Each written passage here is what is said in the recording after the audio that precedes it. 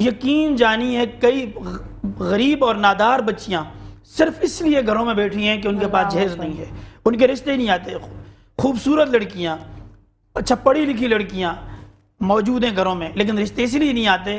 میں کئی ایسے لوگوں کو جانتا ہوں جو کراچی کے مضافات میں رہتے تھے، ہمارے ایک دو جاننے والے ہیں. جی وہ صرف ایک جو ہے شہر میں گلشن اقبال یا نارتھ ناظم آباد کسی رینٹ پہ اس لیے آئے کہ یار بچیوں کے رشتے ہو جائیں. اللہ اکبر. دیکھیں سٹیٹس دیکھا جاتا ہے.